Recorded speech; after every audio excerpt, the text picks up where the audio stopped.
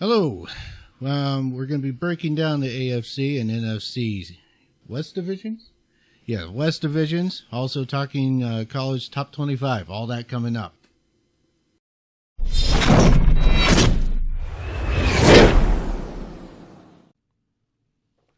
Let's talk football.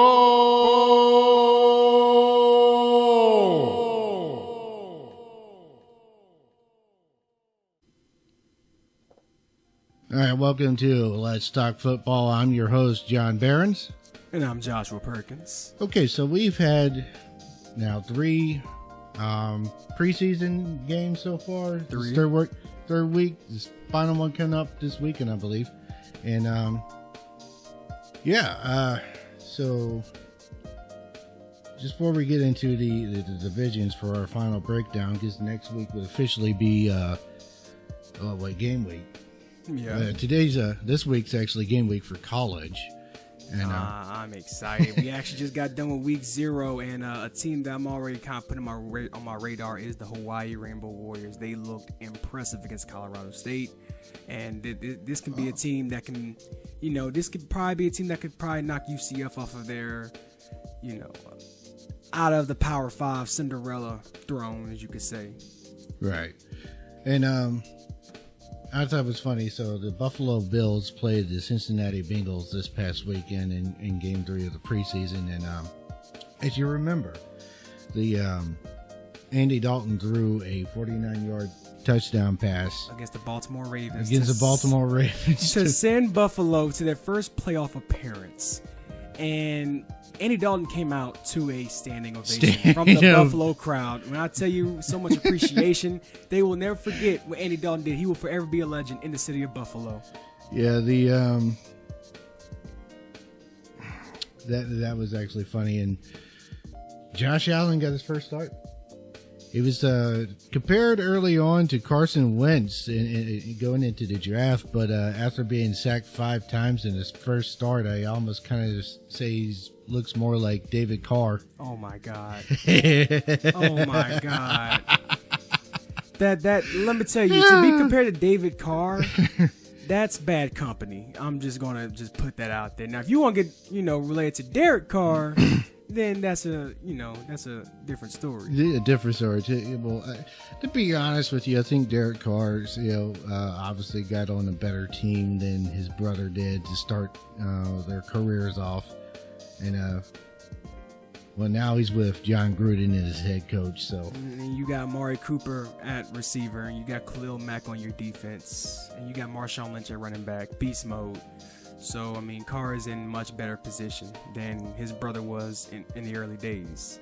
Right. And another thing that kind of seems to be getting noticeable, Marquise Lee injured for the Jags. He's out for the season. Out for the season. This new helmet rule looks like it's going to cost some players.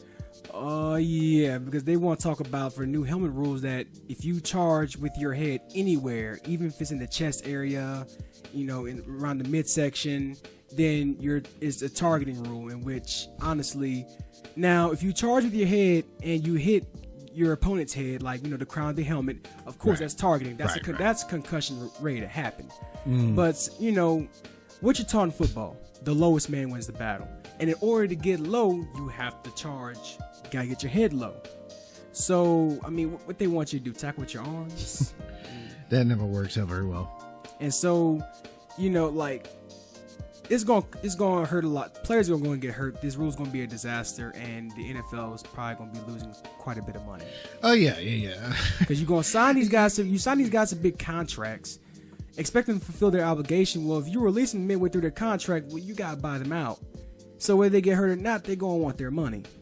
Yeah, with the new helmet rule, it seems like defenders are going to have to go lower now, and unfortunately start taking out players at their knees. And that's we've had. You're looking at broken knees, you're looking at broken leg, torn ACL, torn MCL. Oh, we've already had 5 or 6 notable ACL tears so far, and that's problematic. That's going to be terrible for the league. Who wants that? Every week, someone goes down with an ACL tear. And eventually, football is going to be deemed unwatchable. it was a while back. I put up a tweet online of that scene from the comebacks where he's like, ACL tear. Say, ACL tear, sir. It's like, got it. ACL tear. It's like, it's ACL Terry, sir. I feel like if you keep calling me that, you're gonna jinx me or something. And then, like, the very next scene, he tears his ACL. So, I almost have that picture that almost that whole season, the whole season could end up being like that because of this. Like, I call it, the players call it catch rule 2.0. I call it the ACL tear rule 2.1. I call it eventual downfall of the NFL 2.0. Yeah, I can see that. I mean, it's just gonna be problematic. Okay, let's start off with the AFC West. Dirt. All right. So we got. I mean, there's no telling who's going to come out in this division. It's an interesting story. Obviously, you got John Gruden in Oakland. You got Case Keenum in Denver. Patrick Mahomes in Kansas City. And then a resurgence Chargers team. And the Chargers, they look like they got something brewing. I mean, you got Phillip Rivers, you got Melvin Gordon, they got Derwin James from Florida State in the first round, which is a much needed acquisition in the secondary. You got Melvin Ingram at defensive end. These guys look poised, ready for, they look like they're ready for a resurgence. Yeah, but at the same time, they are one of those teams with a quarterback who, I mean, a lot of people don't realize Phillip Rivers has been in the league for 15 years now. Phillip Rivers is one of the more elite quarterbacks in the league. It's just he's never really had a full-on team around him. The Chargers have been on a downfall as far as head coaching is concerned, as far as players are concerned. And now he's starting to get a little squad around him. And now the Chargers can be a possible contender in the AFC West. But you got to deal with John Gruden and the Raiders led by Carr, Lynch, Cooper, Mack. You got to deal with the Chiefs, who have Andy Reid as head coach. You got Patrick Mahomes, Tyreek Hill, who is a gazelle, Kareem Hunt, who back in last season, or going to week 5 or 6, Kareem Hunt was my pick to be offensive rookie of the season until Alvin Kamara had surged into the picture. You got the Broncos, who have Case Keenum at quarterback, in which, do I have to remind you what he did with Minnesota? Like, Case Keenum came out of absolutely nowhere because when Teddy Bridgewater was out, Sam Bradford got hurt. They had to dig deep into their practice squad, got Case Keenum, and basically plucked him out of obscurity. And that was just kind of weird with the quarterback situation in Minnesota. I was like, 2 weeks in, you're on your third quarterback. And not only that, they had lost Dalvin Cook, their running back, to, I believe it was 20. So it should be interesting, in my opinion, to see if we saw this is the real Case Keenum, and it really is a matter of Jeff Fisher just not being a good quarterback coach, or if it was Keenum was a product of the system. I think we'll finally see. Well, we should definitely figure that out this year. Well, what we're going to find out was about Case Keenum. Is he really that good, or was it just because he had a team around him? Right. Now we're going to see how good he really is, because Denver is on the process of trying to rebuild themselves. So he's not offensively. They're not too good. He's going to be in the process. He's going to be part of a rebuilding Denver Broncos team, and so he's not going to have as many weapons as he did when he was at Minnesota. Because remember, he had Adam Thielen, Kyle Rudolph, Stephon Diggs. So he's not going to have as many weapons around him in Denver as he had in Minnesota. So we're going to find out how good Case Keenum is. Right. Another one is there's a lot of hype around, and understandably so, but at the same time, young prospect, first year starting, Patrick Mahomes in Kansas City. I love seeing the guy play. I love seeing him play ever since he was in Texas Tech. I've reminded you, I will remind you again. What other quarterback have you seen thrown for over 700 yards in one game? Patrick Mahomes did against Oklahoma during his last season at Yeah. Texas Tech, in which they lost because simply Texas Tech just doesn't have a defense, and their head coach right now is on the hot seat.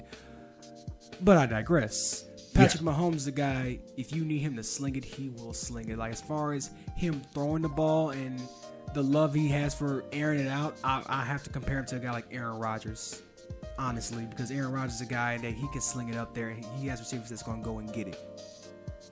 Well, he's in Andy Reid's system, so again, one of the top coaches. I think he's underrated. A lot of people don't think he does well in the postseason, which I can understand that. He really doesn't. 0-4, and it was Casey, something like that. Kansas City hasn't won a playoff game under him. So, which I don't think they did. I don't think they won one under Dick Vermeil either, or did they? I don't think they did. I don't think Kansas City has had a good time in the playoffs overall. Just to be honest with you, at least not since like back when they were still Super Bowl contenders in like the 70s and 80s. But with the Chiefs, I mean, trading Alex Smith, at first I'm just like, what are you doing? Because, I mean, Alex Smith is one of the premier quarterbacks in the league. But then I understood, okay, it goes back to getting Patrick Mahomes in the first round, in which when the Chiefs first drafted Patrick Mahomes in the first round last year, it surprised me because they had already had Alex Smith. But I'm just like, I thought to myself, this could possibly be Alex Smith's final season with Kansas City. You got a bona fide quarterback in Patrick Mahomes. They traded Alex Smith to Washington, and having Patrick Mahomes is a sign of a new era in Kansas City. It's a sign of a possible 180 turnaround. And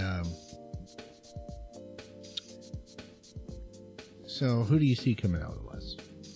It's really hard to say, but I have to do a toss-up between Kansas City and Oakland. That would be my toss-up. Like the AFC West is going to be a truly tough division. It's probably going to be the toughest division in the AFC this season. It's going to be the most competitive. I mean, my order goes as follows. At number 1, I got Oakland coming in at number 1, Kansas City at number 2. LA at 3, Denver at 4. You gotta give Case Keenum some time to adjust to the system, and you gotta give Denver some more time to build. I can see that. LA is gonna be truly tough this season. I mean, you got Keenan Allen, you got Phillip Rivers, Melvin Gordon, Melvin Ingram, Derwin James. But at the same time, you gotta deal with John Gruden and the Raiders. You gotta deal with Patrick Mahomes and the Chiefs. And so, due to circumstance, I would have to put LA at 3. Kansas City, they're young but bona fide, but you're going to be dealing with a much more experienced Raiders team, led by Carr and led by Marshawn Lynch, Amari Cooper, Khalil Mack. And so that's why I got the Raiders going 1 in the AFC West. Well, there's a problem with Khalil Mack. They still have that dispute over the contract. I don't think he's been on the field yet. He's still out. He and Aaron Donald. Oh, wow. Speaking of deals, big congratulations to Odell Beckham Jr. signing a 5-year, $95 million extension, $65 million guaranteed, in which he has been holding out, but he recently just returned back to camp. Which is huge for the Giants because they need him. They need him bad. Yeah. He's definitely developed into one of the top receivers in the NFL right now. They also have Ingram at tight end, and who I feel got snubbed last season as far as Pro Bowl was concerned. With him coming back, you got Saquon Barkley at running back, Eli Manning coming back with a chip on his shoulder, looking to lead New York Giants back to relevance. And so, with Aaron Donald and Khalil Mack holding out, I mean, look, I understand, you gotta get your deals done. At the end of the day, NFL is a business, but at the same time, you're under contract. Your team needs you. I mean, you gotta get back to that love of the game. Yeah. And these types of holdouts never work well for either the team or the player. If you really look. Oh, because you have guys who will hold out right until last minute before the regular season. I've seen it happen. And then basically it's their way of strong arming with the GMs and the owners. Like, how bad do you want me back on the field? How bad do you need me? You need me that bad? Well, gets a piece of paper, gets a pen, writes a number down. Here it is. You want me back on that field? If you need me so much, satisfy that, and we'll talk. Okay, so the NFC West division is another division that's just kind of unpredictable as far as I'm concerned, because like almost for the opposite, I mean, it's almost a toss-up because you don't know who's going to be good.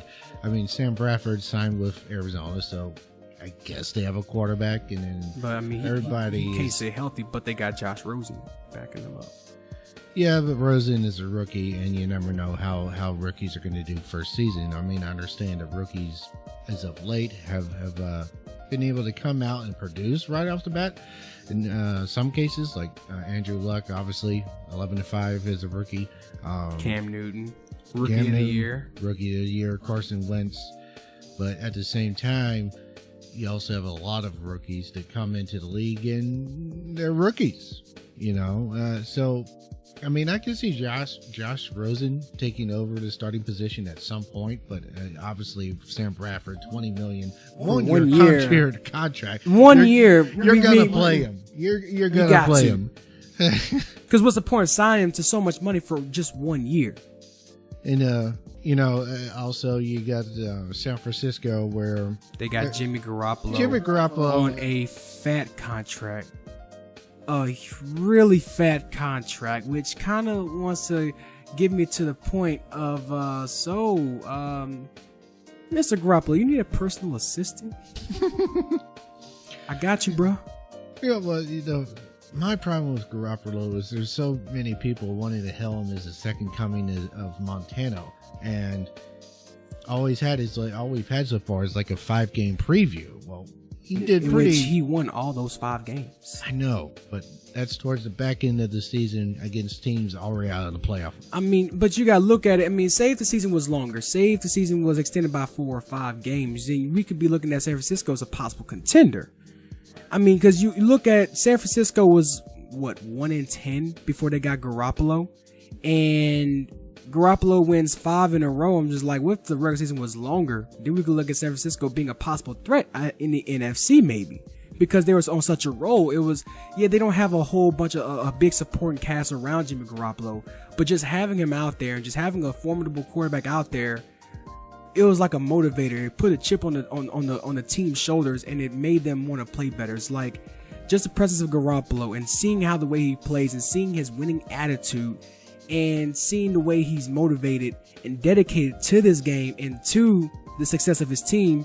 It made everybody play better. And so whenever I say that San Francisco could be a possible contender out of the NFC going to the playoffs, it's not because, he has this guy and this guy around him. It's that Jimmy Garoppolo, not only he's a player, but he's a true leader as well. And the way he plays motivates his guys to play. That's what makes San Francisco so dangerous, is the motivation.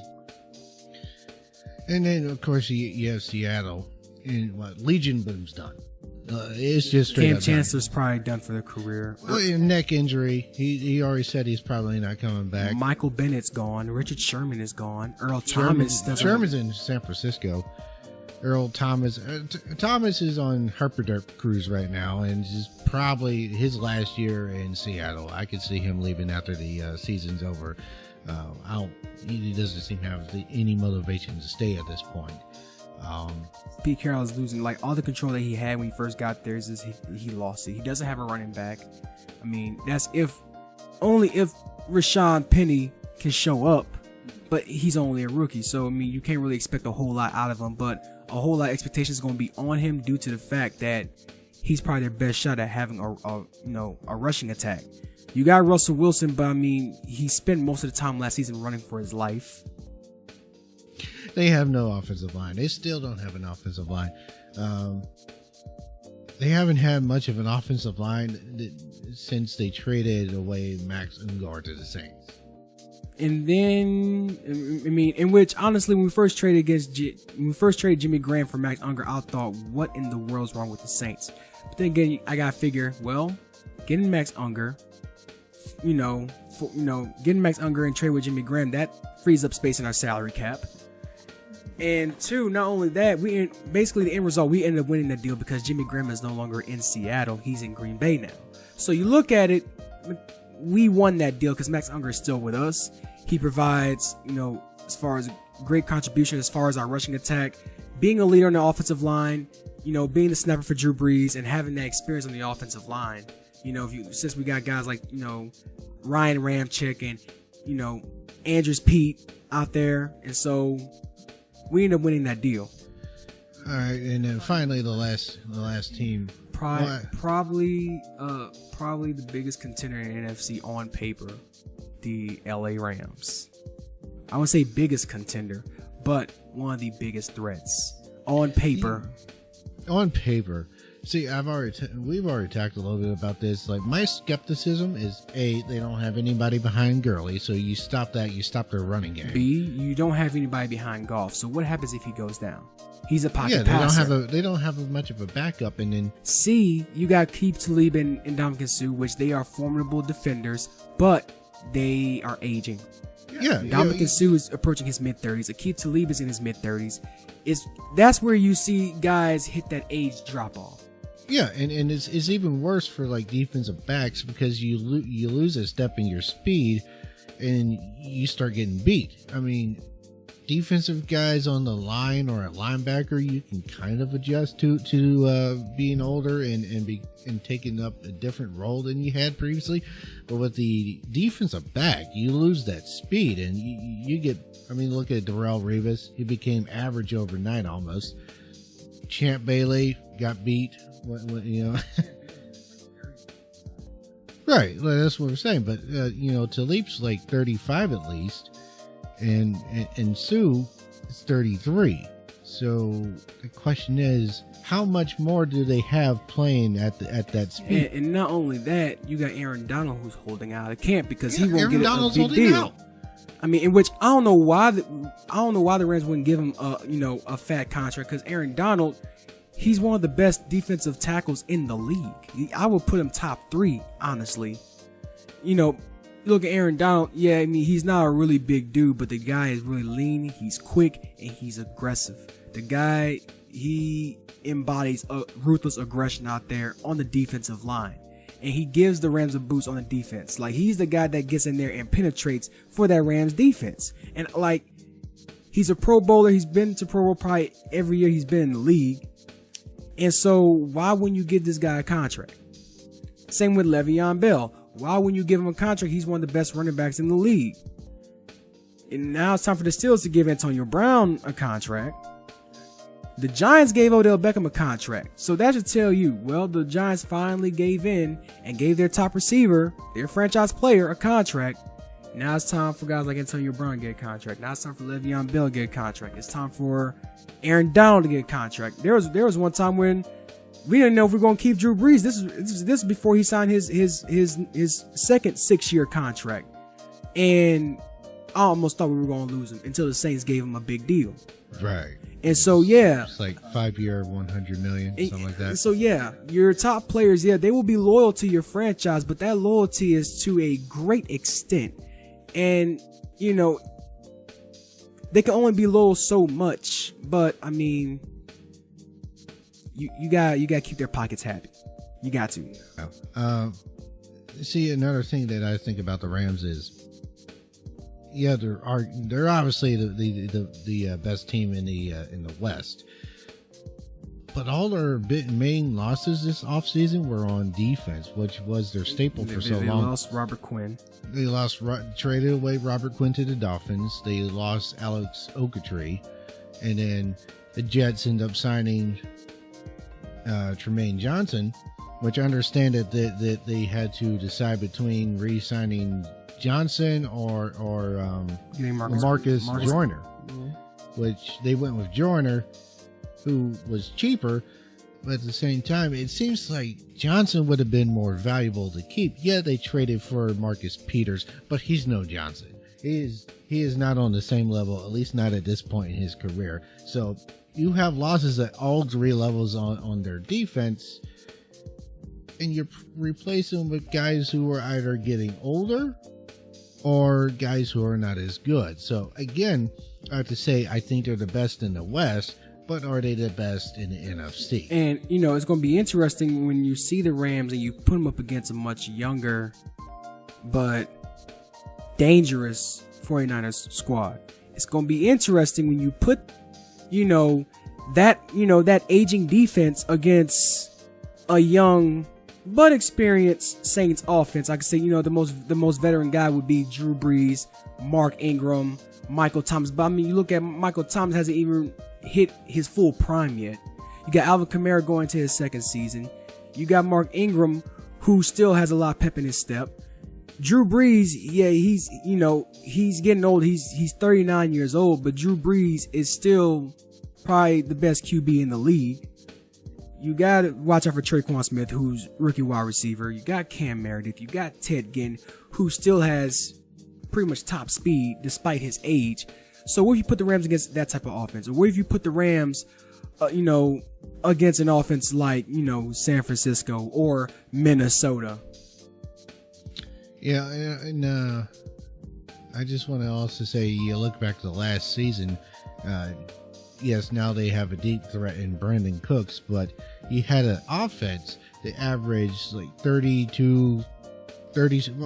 something, basically 4+ touchdowns a game, get to the playoffs, and run into a Falcon squad that held you to about 10 points. 15. I want to say it's 15. Yeah. So, which less than half of their average. And it showed that, yeah, the Rams are good. Yes, they are resurging behind Sean McVay, who's a young head coach, he's in his early 30s. And Dominican Sue and Akeem Talib are both older than him. Yeah, it's like two of the top three guys. I'm just being honest.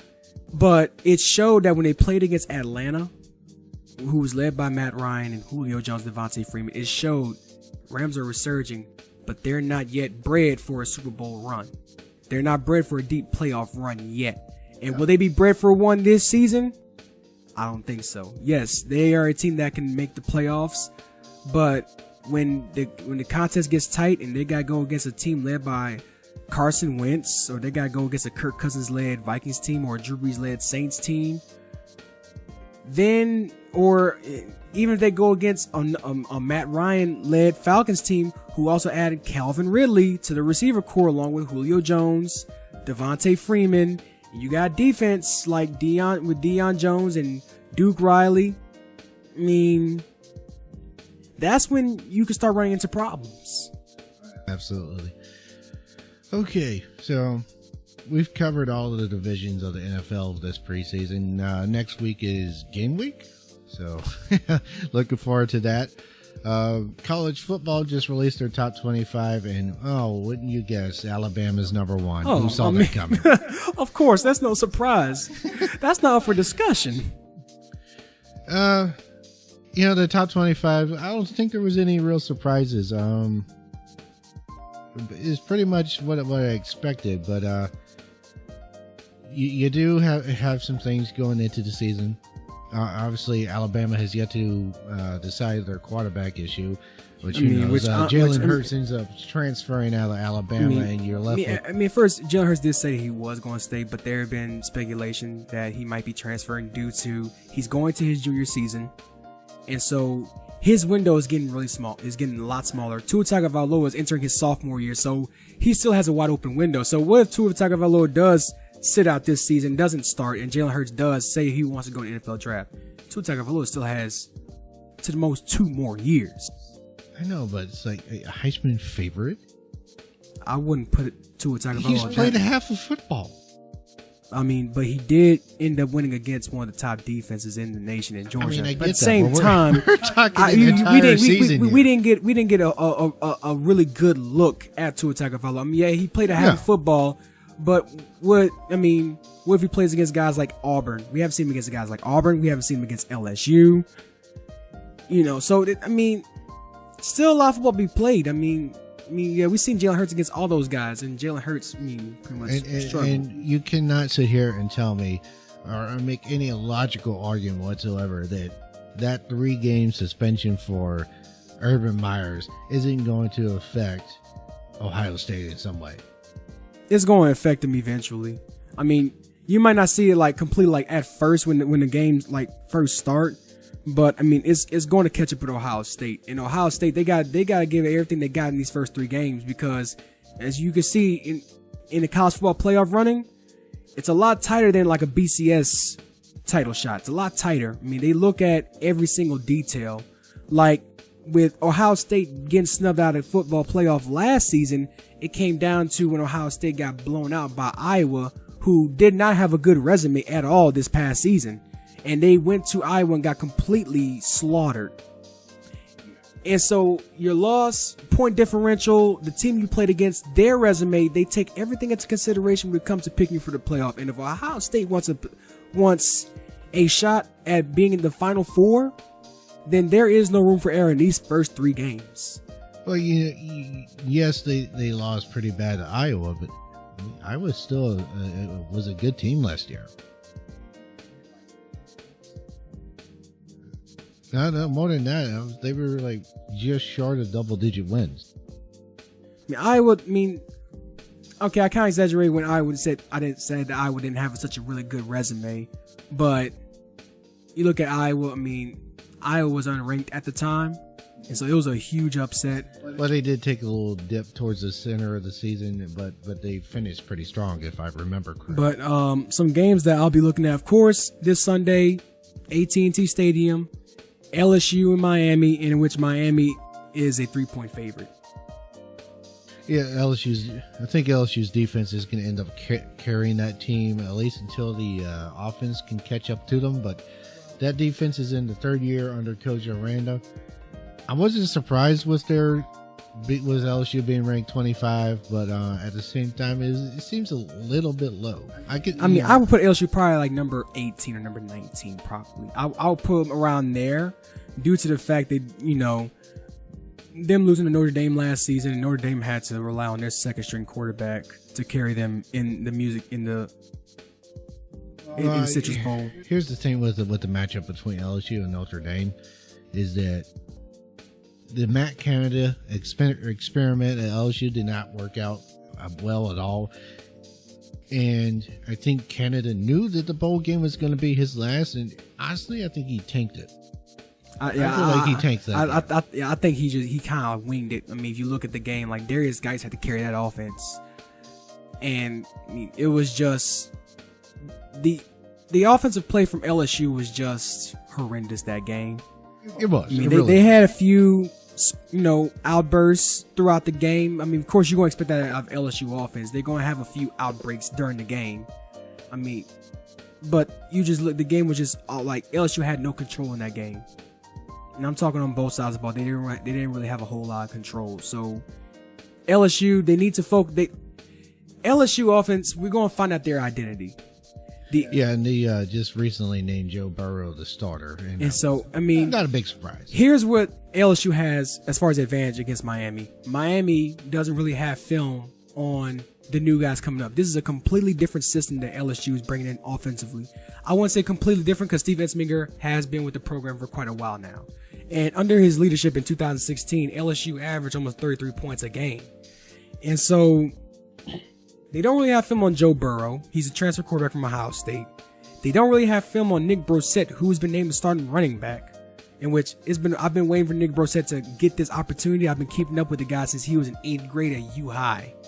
I was in high school at the time, and I would just watch Sportsline Friday night, and every time they would always feature him, running the ball. And Nick Brossette was a madman in high school. He was a madman for U High, and I've been waiting for him, to finally be utilized to his full potential. It's going to be kind of tough because he's going against a very tough Miami defense, and they're tough all around. They play the whole field. And we've had a pretty interesting coach carousel this past off season. Jimbo Fisher going to Texas A&M. Yeah, just so Florida State's without. They got Willie Taggart from Oregon. Then you got Coach Frost from UCF. After leading them to such a magical undefeated season, now he's at Nebraska, his alma mater. Right. you got Coach Dan Mullen from Mississippi State going to Florida. Let's see. What was his name? Is it Mike Sullivan? Mike Sullivan? Coach Kevin Sumlin. Kevin Sumlin. He's in Arizona now. Herm Edwards is now the head coach at Arizona State.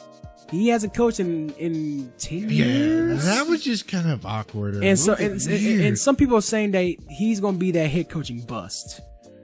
But I mean, he hasn't coached since like what, 2010?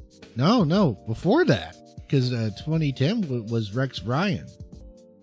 Yeah, Rex Ryan with Mark Sanchez at quarterback. So like 08, 09. That's a long time. That's almost 10 years. But some games I'll be looking at this weekend for college football. Of course, LSU and Miami.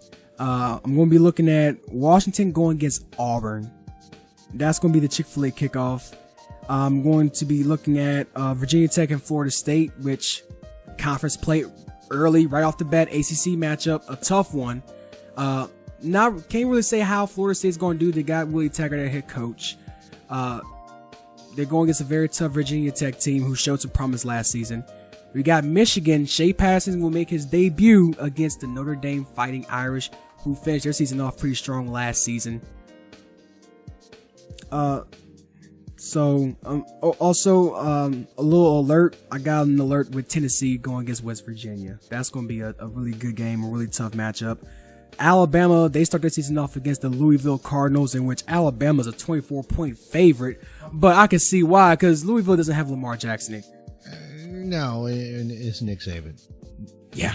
Nick Saban is automatically going to give you like at least a 2-touchdown favorite. Oh, most definitely. So he doesn't even play a snap, and he makes you a favorite. And the Central Florida will be starting their so-called quote-unquote national title reign against the UConn Huskies. Let them have their fun. I mean, you look at a team that's not in the Power 5. You look at Central Florida. They went undefeated. They won their conference. They beat Auburn in a New Year's Six Bowl. I mean, yeah, of course, you put Central Florida against Alabama. Who's going to win that game? Of course, Alabama. Of course. I would not give Central Florida a chance against Alabama. I'm just going to say it right now. Because you look at Alabama. Nick Saban. Period. End of story. One shy of tying Bear Bryant. Bear Bryant for most national titles. This is basically the Alabama 2.0, but a lot more dangerous and a lot more ruthless. He'll get it. Probably this season. Maybe, yeah. You never can count the Crimson Tide out. That's for sure. But one last thing I kind of want to note is I heard so Coach I forget his first name, Franklin, former Vanderbilt coach, current Coach Franklin for Penn State, was actually voted by some group of people as one of the most overrated coaches. Wow. And you're talking about a guy that three straight bowl seasons at Vanderbilt. You're talking about a guy who led Penn State to winning the Big Ten title, in which honestly the year they won the Big Ten, I feel they were snubbed by Ohio State as far as the 4-team playoff is concerned. But the committee still has mixed feelings, salty feelings about the Sandusky case. That's what I feel, that because this was a couple years ago. This was a couple seasons ago. Not last season, but the season before. This year they lost to Sam Darnold and USC in the Rose Bowl, which was a thriller. But that year, Penn State had upset Ohio State in Happy Valley. They had went to the Big Ten championship game. They beat Wisconsin in the Big Ten title game. And so, I mean, you look at if you want to base it on head-to-head matchup, Penn State should have been in that 14 playoff. Ohio State did not do too well. They should have been the ones to play against Clemson. And you look at Ohio State versus Clemson that year. Yeah. Wait, I thought it was last season. Last season was Ohio State and Clemson. And Clemson was Ohio State versus Oklahoma. No, last season was Ohio State versus Oklahoma. The year before was Ohio State and versus Clemson. Yeah, but Ohio State won their conference that year. Last season Ohio State won the conference. The season before, Penn State had won the conference. That was the year Penn State had got snubbed out of the 14 playoff, and which I feel Penn State should have been in the top 4 that season due to their repertoire, due to their resume, upsetting Ohio State. They won double-digit games, so why not put them in the 14 playoff? Or y'all still salty about the Joe Paterno, Jerry Sandusky stuff? That's old news, in which, I mean, my heart goes out to the families that were affected by that case. But when it comes to the game, when it comes to football, you got to put your feelings aside. It goes back to when 2011 BCS championship game where Bama faced off against LSU. I mean, you look at the national title game, you got 2 teams from the same conference, from the same division of that conference, the SEC West, in which by right, Oklahoma State should have been facing LSU in the Superdome for the national title.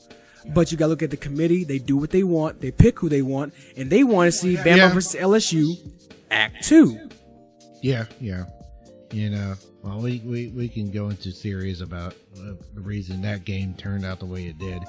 Completely one-sided. And it is not because Alabama was that much better than LSU. Something happened. Probably some money under the table, but that's none of my business. All right, so that wraps this podcast up for today, and hopefully you join us next week. Joshua Perkins. John Barron. We signing out. This was Let's Talk Football. Yeah.